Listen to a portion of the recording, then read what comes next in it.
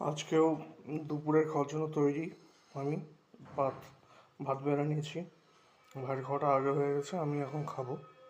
তো আজকে কি কি হয়েছে আপনাদেরকে একটু বলে নিই এবং দেখিয়ে নিই, তারপরে খাওয়া শুরু করবো। আজকে শুরুতেই যে পদটা হয়েছে আমার চরম অপছন্দের, কিন্তু ভাইয়ের আদেশ, খেতে হয় এই সময়, বসন্তকালে অতএব খেতে হবে। সেটা হচ্ছে নিম বেগুন।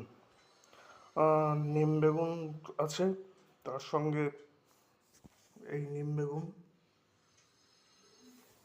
পাঁচন গেলার মুখ করে খেতে হবে।